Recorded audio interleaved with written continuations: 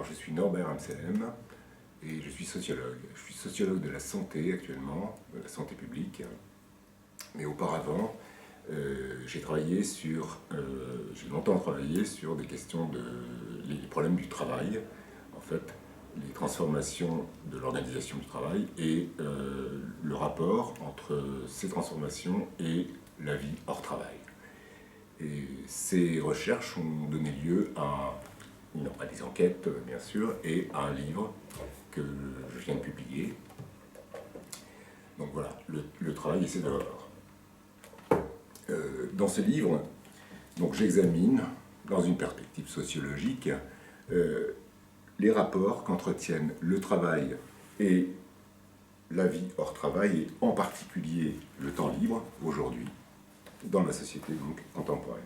Il semble en effet que ces deux registres de la vie sociale, aujourd'hui, ne constituent plus, comme ils ont pu le faire dans la période antérieure, l'essor de la société salariale, ne constituent plus deux univers étanches, radicalement hétérogènes et séparés l'un de l'autre. Au contraire, un certain nombre d'indices convergent aujourd'hui, à l'heure actuelle, qui dessinent d'étranges ressemblances. On peut dire aussi des débordements inquiétants entre la sphère professionnelle et la sphère privée. Ces ressemblances et débordements, pourquoi inquiétants? Parce qu'ils vont parfois jusqu'à semer la confusion dans l'identification de ce que nous faisons au quotidien et rendre plus ardue la conciliation entre vie professionnelle et vie privée. Alors, le livre discute d'abord les analyses pionnières qui étaient proposées par George Friedman, les analyses des rapports donc, entre le travail rationalisé du Fordisme et le loisir. Ce travail donc au lendemain de la Seconde Guerre mondiale, en pleine période de reconstruction industrielle.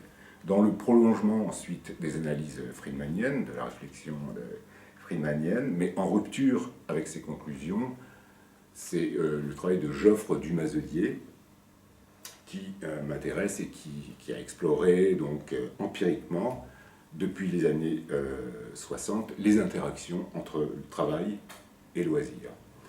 Et Geoffre Dumazedier a souligné l'influence du loisir et des valeurs du temps libre sur le travail et plus largement sur la culture et sur les valeurs sociales dans la période donc, qui s'ouvrait après la fin des 30 Glorieuses.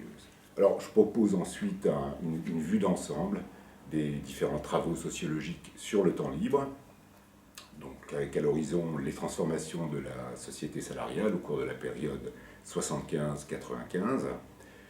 Dans l'ère francophone, d'autres sociologues, donc Christian Lalive d'Épinay, William Grossin, Georges Pronovo, Roger Su, ont pris le relais de ces études pionnières dont je parlais et ont fait apparaître notamment trois éléments nouveaux.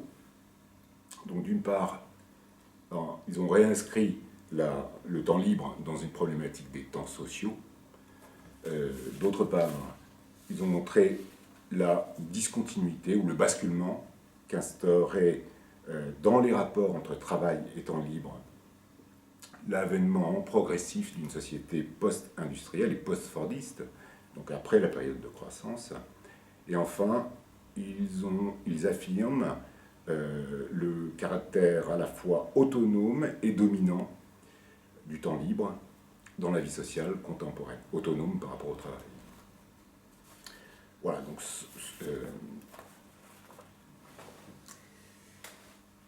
donc l'examen de ces différentes élaborations théoriques successives me conduit à les faire dialoguer entre elles.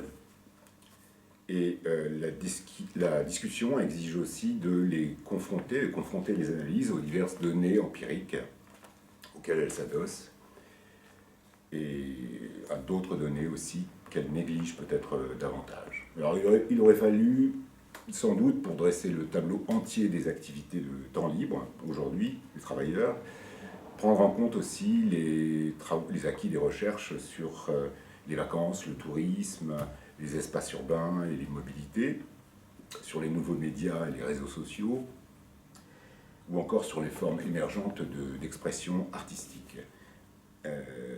Ce champ était néanmoins trop vaste pour le cadre du propos limité. Enfin, et surtout, j'actualise les données et les interrogations, pour finir, que suscite l'articulation des temps sociaux au cours de la dernière décennie, c'est-à-dire les années 2000. À travers les effets de la réduction du temps de travail, le développement de ce qu'on appelle le travail immatériel, les transformations concomitantes des politiques sociales et familiales et des usages du temps libre. Alors, de cette tentative de vue d'ensemble, il ressort que nous vivons un temps où les frontières entre les champs sociaux, primordialement le travail et le temps libre, ont beaucoup perdu de leur netteté.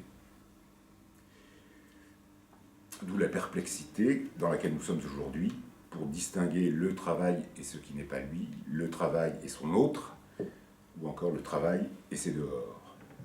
Au point d'en venir même à concevoir la phase actuelle du capitalisme comme une mise au travail de la vie elle-même, une mise au travail de la vie.